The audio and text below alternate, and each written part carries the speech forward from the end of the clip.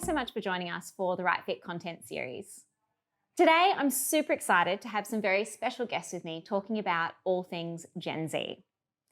Sarah Tan is the strategy director at creative agency 72 and Sunny, where she specialises in cultural trends. Throughout her career, she's found a place in culture for brands ranging from tech giants like Google and eBay, Aussie icons like Byron Bay Brewery and Pass Bailey, and youth favourites like Xbox, Doritos, and Nutella. Lyndall Keane is an influencer, presenter, and model with over 50,000 followers, and she has a dedicated and loyal fan base on both Instagram and TikTok. Lyndall knows how to create engaging content that speaks to her audience and works regularly with brands like Guess Clothing, Honey Birdette, and Women's Best Protein and Activewear. Thanks so much for joining me today. Thank you so much. So, Sarah, I want to jump straight into what actually is Gen Z. When we talk about Gen Z as an audience, who are they? You do see a lot of marketing resources out there around Gen Z. I guess to put it really simply, if you want to look at demographics, Gen Z, technically you could define them as the generation that was born maybe around the late 90s onwards. So people who are right now probably in their teens and early 20s. But that's just obviously just like, based on a birth date. I think how I like to think about it really is this is the generation that's shaped by, a certain culture. So a digital culture, this is the generation that's been born into like social media, that's been born into instant connectivity. And you got to think about how that shapes their behaviors and how they think and what they aspire to as well. And also if you look at the US, for example, they like to define Gen Z as a generation that was born after 9/11. And you think about the climate that, that 9/11, what that brought about. Obviously, you don't have that here in Australia, but you then start thinking about, what are the conditions that kind of influence the way that Gen Z think. So Sarah, if we're thinking about Gen Z, what do we know about who they are and how they engage with advertising and brands in general? I like to think about it in terms of 3 C's that define this generation. The first is choice. So Gen Z were born into an abundance of choice. You think about the amount of brands and the amount of like comms that are out there targeting them. You think about what's out there on the internet and how easily accessible it is. So I think the first thing to think about when it comes to this generation of choice is that always make sure that you do have a unique point of view. And that's as something as technical as simple as like having a thumb-stopping ad on your news feed, for example. Something that really jumps out. Yeah. But I think also, the second thing about this like choice generation is that in a way, like there isn't mainstream and subcultures anymore. You think about how like in the 80s and 90s where you had like your goths and your punks and whatever it is, your jocks. In a way that doesn't quite exist anymore for Gen Z. You think about how they can pick and choose what identities they want. And everything's so easily accessible that like you don't have to be like, I'm the goth brand. It's like you almost like you're a bit of a magpie. You're kind of picking from like each of these different influences in a way. I think that's the first one. I think the second one is that it's a generation that's been defined by the culture they grew up in, and this is digital culture. And that really influences all their behaviors. You think about how like all the terms that you use when it comes to like internet culture has kind of influenced the way that they behave. So I think that's the first thing is that, if you want to understand Gen Z, you have to understand like the internet culture that they grew up in as well. And also I think just the role of brands as well. I think there's the idea of like brand, like I guess the third C is like citizenship, brand citizenship. The idea that like brands can actually have a really positive role to play. And brands do help to define the culture as well. It's not like I don't think there's a wall anymore between like the culture and the consumer and the brand. It's almost like the brand is a community. And the brands can help build community and help to influence, the lifestyle, help influence taste. So in that way, like brands do have a big role to play. I think that's so true. And I think you see it all the time with consumers crying out for brands to be more than just a brand, that they want them to have values and speak to those. And, I think that's so important for consumers. Yeah, definitely. Brands having a purpose, I think. And that purpose doesn't need to be something that's like super worthy or like, I want to change the world. I think brands just need to have like a point of view. And to be able to do something is about doing versus like just talking about it. So true. And so I guess talking about content, Lyndall, I know that you have super engaged communities on 2 or probably more social channels, but predominantly Instagram and TikTok. How do you know about these audiences? How do you know who they are and are they different on each channel? Yeah, I mean, they're extremely different on each channel, which is so fascinating because I'm the same person, you know, and you think that people are using all these channels and that they'd be across, that your following would be across all of them. But it's not. I've got 7K on Facebook and that's really just my Instagram fed through, and it's people that aren't necessarily on Instagram. Instagram, I've got over 50,000 followers. That's really difficult to grow these days, but I've gotten a feel for my audience. I know the age group. I know, you know, how many are women and men. You just get a feel for it, and you also can see the insights, obviously, which is really handy.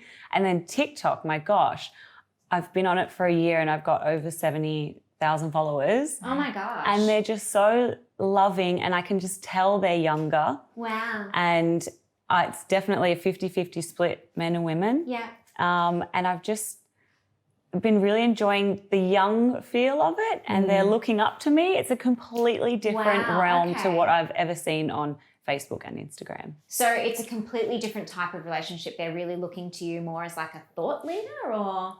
No, I think they're looking to me as a friend.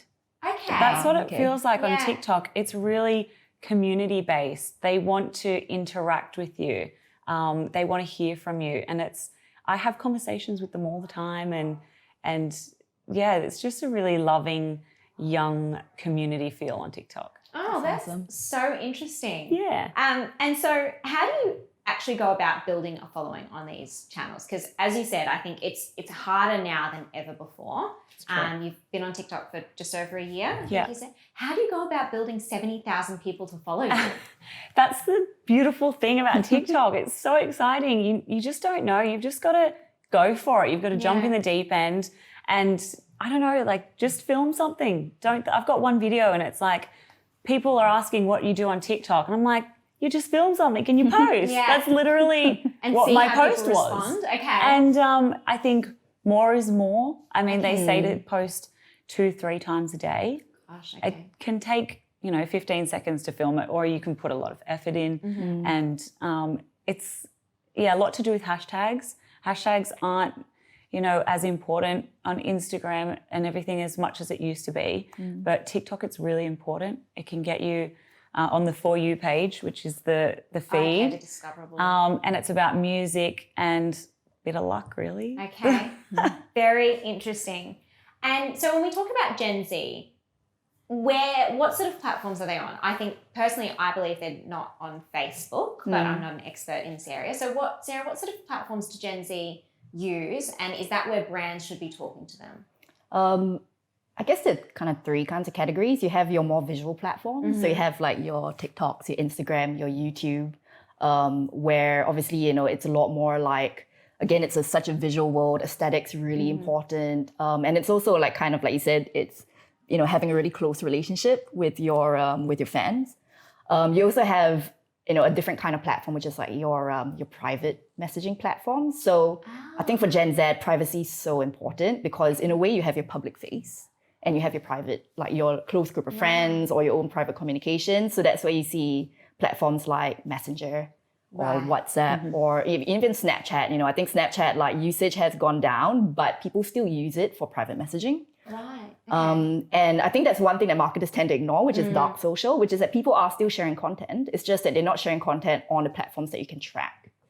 Right. Wow. So how do you advise a brand in that space? Just to focus on your content, make it, make sure that it's relevant, make sure that it's like good quality content. Okay. And, there's like, unfortunately, it's really hard to track on like a platform like WhatsApp where like there's encryption and all that kind of thing. Yeah. But, I think you just need to count on the fact that like people will share good content and people will share content that they think their friends can relate to. Okay. So again, it comes back to making that thumb-stopping content and content Exactly. that people want to engage with. So Yeah. less about specific platforms and more about content first. Definitely. And Okay. also making sure that the content's relevant to, how the platform and its users behave. Yeah. But the last one is also community-based platforms. So, and this is where you're looking at like interest-based stuff. So if you're like a gamer, you're on Twitch, for example, or you're on Discord, or I think even like Facebook, we were just saying that like, is Facebook going down in terms of relevance? I think people are just using Facebook differently. I think it's less about like 10, 15 years ago where people were posting whatever on Facebook. Every single status update. Yeah, exactly. Now I think people are a lot more like conservative about what they post, but they are taking part in Facebook groups, and that's very community based. Okay. I mean, I'm personally a member of like a lot of cat fan groups.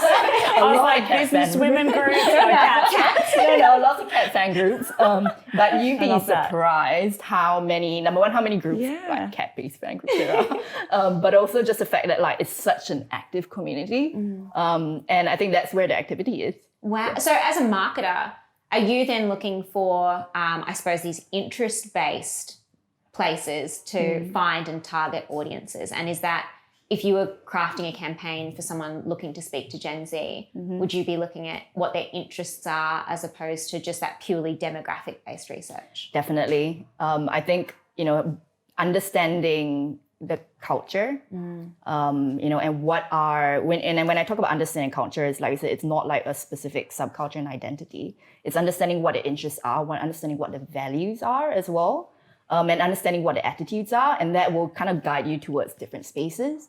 I mean, if you think about a big brand like, say, Nike, where they've understood, okay, the attitude is that I'm like an everyday athlete and I want to keep trying.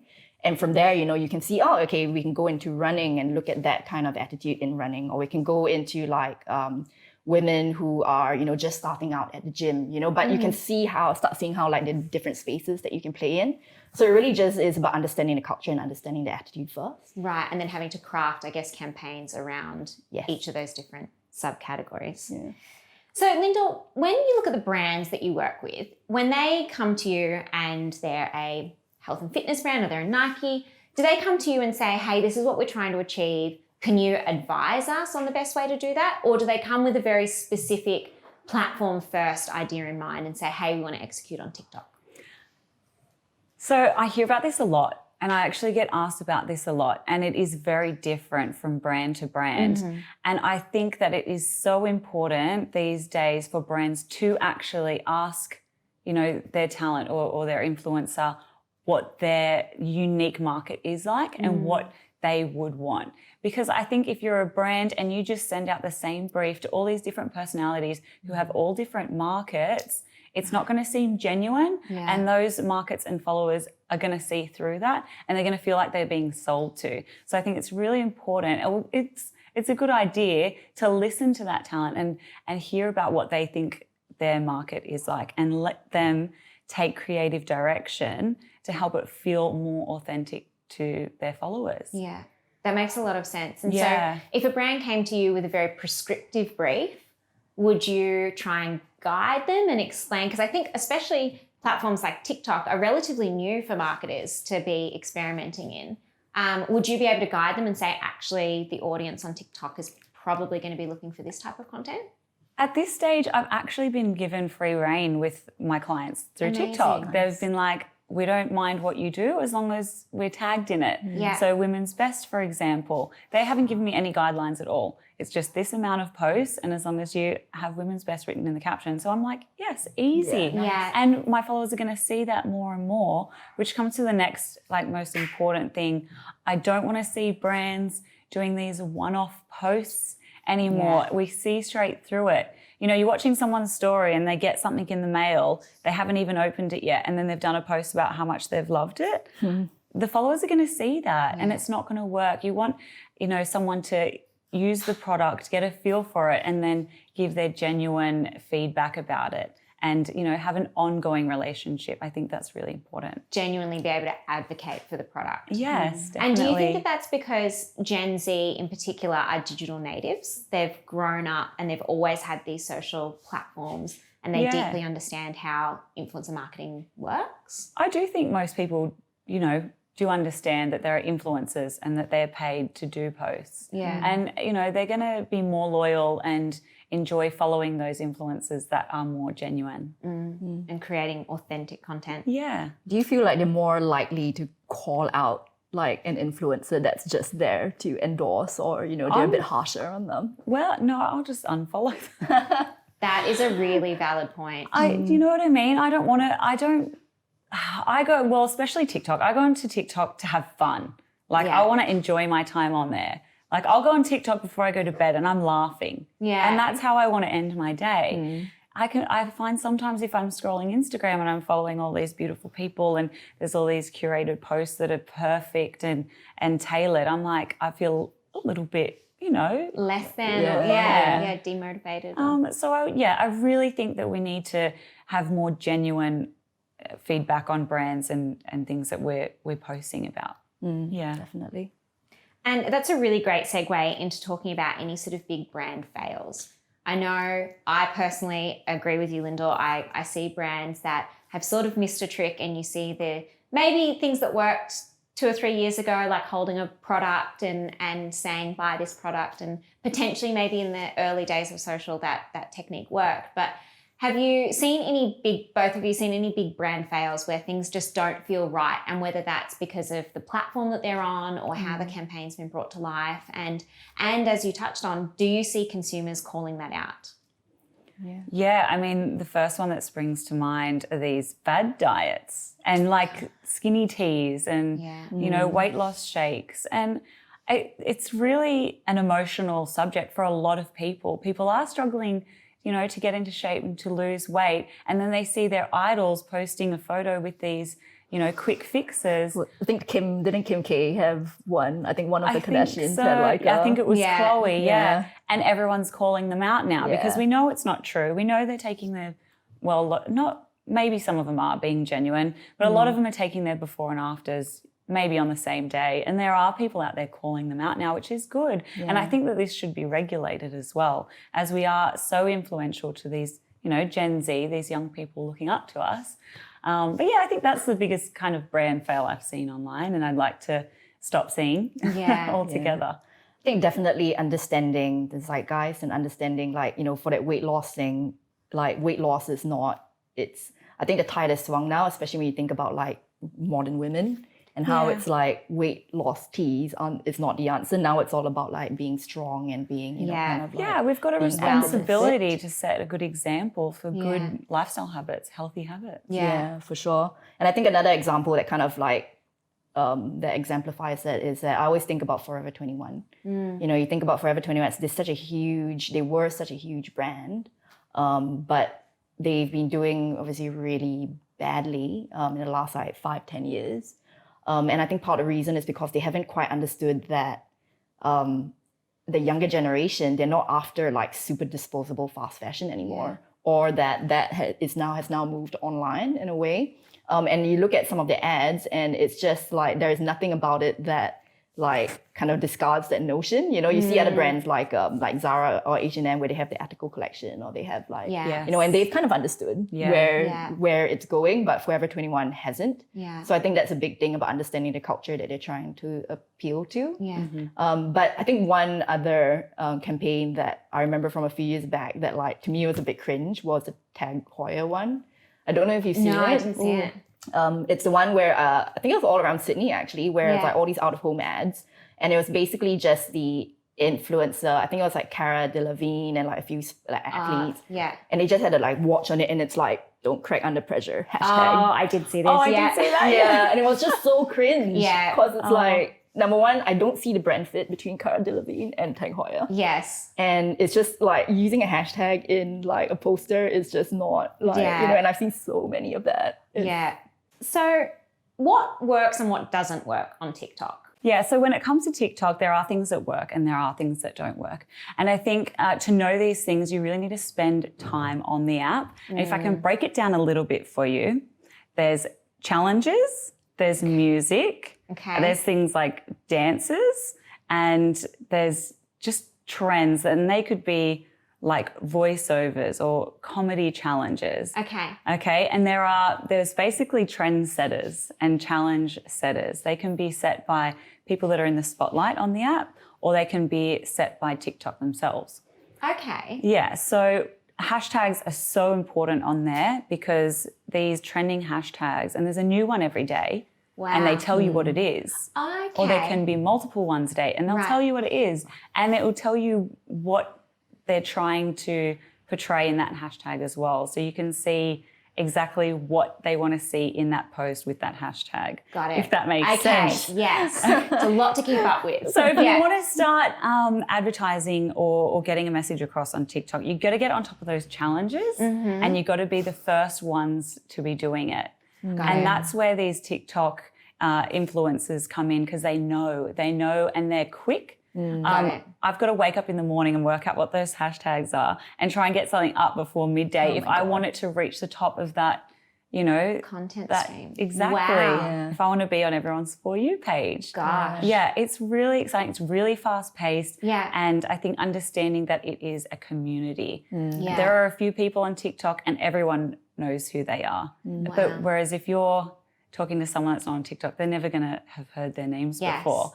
It's just really exciting. Yeah. I think there aren't a lot of brands advertising on there, and you can see ads pop up. Okay. And I think if those ads are curated in a way that these challenges are, so you don't necessarily notice it's an ad straight away, that's going to hold someone there. Okay. And then you want to have, the marketing number 7, right? We want to see a brand maybe 7 times or so before we trust it. Yeah. So you got to just, I think, keep at it, be at the front of those challenges and have it in an authentic way to TikTok. Yeah. If that makes sense. Yeah, that really makes sense. And I think it's a real challenge for a brand, because I think, Sarah, you would know brands are so used to being message first. They're used to being able to dictate what the message is. And then this is a daily thing that they need to relinquish control. Yeah. How would you advise a brand on a strategy like that? Yeah, it is. I think you're exactly right. It's a control thing. Yeah. Gen Z are used to being in control. Yeah. You think about obviously the digital natives, these platforms have given them all the tools, everything's customizable. You make your own content. And like I said, a lot of brands are just not willing to relinquish that control, but you have to. Yeah. And I think that means creating a platform that allows you to give influencers and consumers control. I think that's the first thing. You can't be too precious about your message, because you have to understand the moment you put it out there, it's everyone's property. Which definitely means playing into, I guess, which is where, again, I keep coming back to understanding the culture. I think that's the first thing. And also just like having, being authentic. And I know authentic, such an overused word now. And I think authentic has almost become like, it almost becomes like a tone of voice or an aesthetic, which is not what it should be, you know?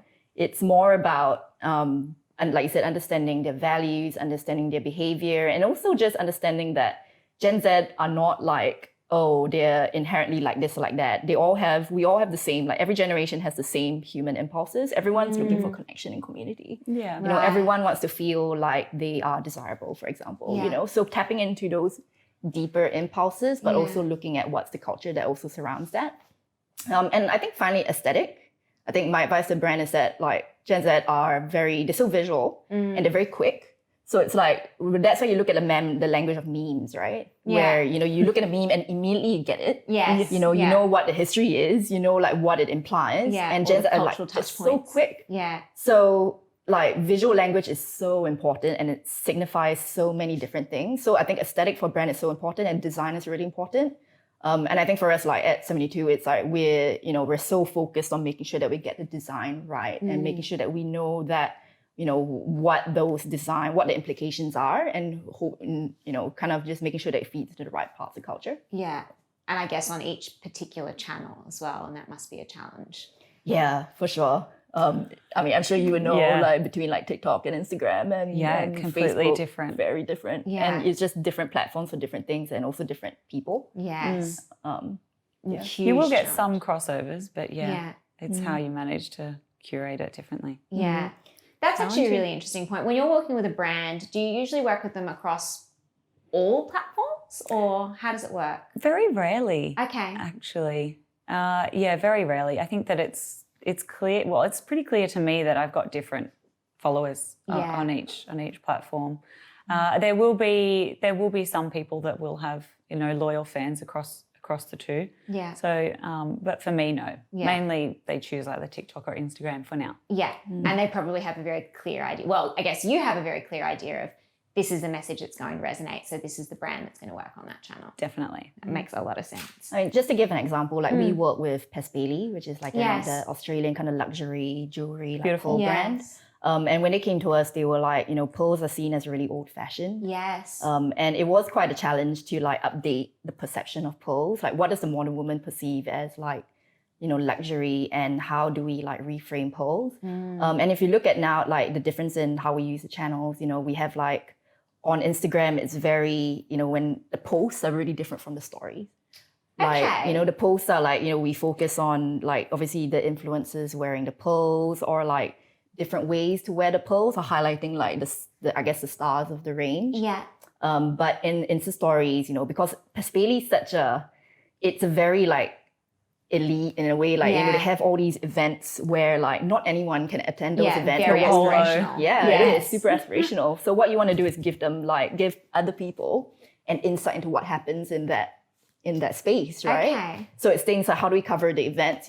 How do we like show kind of exclusives and kind of making people feel like they're part of the community, even when potentially they're not really customers yet. Yeah. So on that, Sarah, do you have any advice for brands if they have been previously talking to a different demographic? So whether that's millennials or baby boomers, and they want to be able to speak to this new generation, this Gen Z, who are obviously hopefully potentially going to be a customer of this brand moving forward. How would you suggest they go about that? I think maybe to start off, like what not to do. Okay, great place to start. Is don't try and kind of just hop on to like the latest like slang or trend. I think that's where like working with influencers on TikTok who understand what's going and can move at that pace, great. Like I think that definitely works. But for brand to try and do it, and especially like, you feel those really kind of like monolithic, like big companies where it's like, it becomes a bit, I don't know if you've seen that meme of like Steve Buscemi. It's like, well, hello kids, Yes. it really feels forced, and Yes. like this generation can smell bullshit a mile away. Yes. And obviously a really good example of that would be like Pepsi and that whole Candle. Oh gosh. The Pepsi generation thing that was, that was just Cringeworthy. universally panned. Yeah. So I think that's, like number one of what not to do. I think what to do is just understanding what's aspirational to that audience, because in a way, something that's aspirational like changes. Look at luxury, right? You look at how like, in a way, the old indicators or hallmarks of luxury was like the big logos, or like, oh, I'm super exclusive, or it's like the really kind of conservative or traditional markers. But now it's like new luxury or modern luxury is that look at a brand like Gucci, where they've done so well in appealing to Gen Z because they've embraced the weird, and they've embraced the ugly, and they've embraced the silly. And in a way, like there's an individuality that makes it kind of premium. And I think they've just done a really good job at telling a story. Yeah. And just creating that fantasy world and really drawing the user in, and and they understand what it means to have a social media moment. They understand what to put on a catwalk or what to put in the videos that people are going to capture on social media and go, this is me. Yeah. So. Wow. Okay. That's a huge challenge for a brand though, because I think, as you say, there's these big monolithic brands like a Pepsi who have always done things in a particular way. Must be so terrifying for them to go, we have to completely reposition to speak to this new audience. Yeah. And I think, just the one thing to remember is that they're not so different from like previous generations. It's just understanding what the base human like element is. And then on top of that, then understanding the culture. I think it's as simple as that, right? It's not top down anymore. You've got to start from bottom up. Yeah. And so, Lyndall, if you're talking to a brand who have come to you and said, hey, we want to speak to this new generation, and we know you've got this huge engaged following on TikTok, what sort of advice would you be giving them? And is there things that you would need from them as a brand to be able to create content that works? Yeah, I mean, I think the number one thing is for them to listen to me and to listen to how I think my audience is going to engage, and trust that I know what the trends are that are current on the platform. It really changes so quickly. Yeah. And I think it really depends on what the product is as well. Some things are so easy to incorporate into an advertising campaign or just a way of getting reach across TikTok, like clothing. Yeah. You know, I can just wear it and it's there, and then you just let them know what you're wearing. Easy. But whereas things like, so I've worked with my muscle chef, and that was a bit of a tricky one for me. I'm like, I don't usually show myself eating on TikTok. Yeah. But then I decided to create like this little at-home date where, you know, we got dressed up and we were just at home eating, and then there was my muscle chef because it was easy. We didn't want to cook. So it's just a way of subtly incorporating the brand into something that they would already see on TikTok. Got it. Okay. So it has to feel very authentically like it would already exist in your feed. Exactly. Okay. And is that something that would make you say yes or no to a brand? Definitely. Okay. I don't want to push things onto my followers. You know, it is still early days and I'm just loving it. It doesn't feel like work for me yet. So if I love a brand and I feel like I can make a fun video, I'm like, yeah, for sure, let's work together. Yeah. If it isn't authentic to me, I'd rather they go to someone who it's going to be more authentic with. Yeah. I guess, and looking to you for that advice and that strategy. Exactly. Yeah. And to both of you, I think, is there any things that you think just don't work in terms of talking to Gen Z? Is there things that you would just completely avoid in whether it's platforms, whether it's tone, whether it's particular, I guess, ways of engaging with them that you would just say, please, as a big no-no, don't treat Gen Z this way?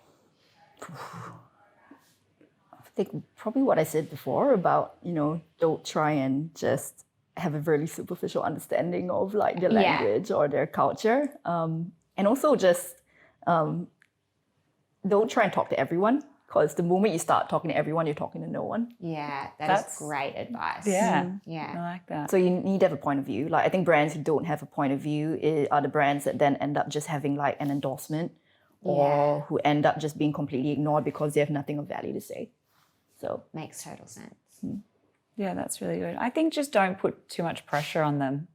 I think you need to just be relatable, understand that they want you to be kind to them. So just being subtle and not too forceful, I think is key with Gen Z. Yeah. Yeah. I love it. Well, thank you so much both for coming today. That was awesome. And we will be talking to you again soon, I'm sure. Loved it. Great. Thank you so much for having me, Taryn. Pleasure.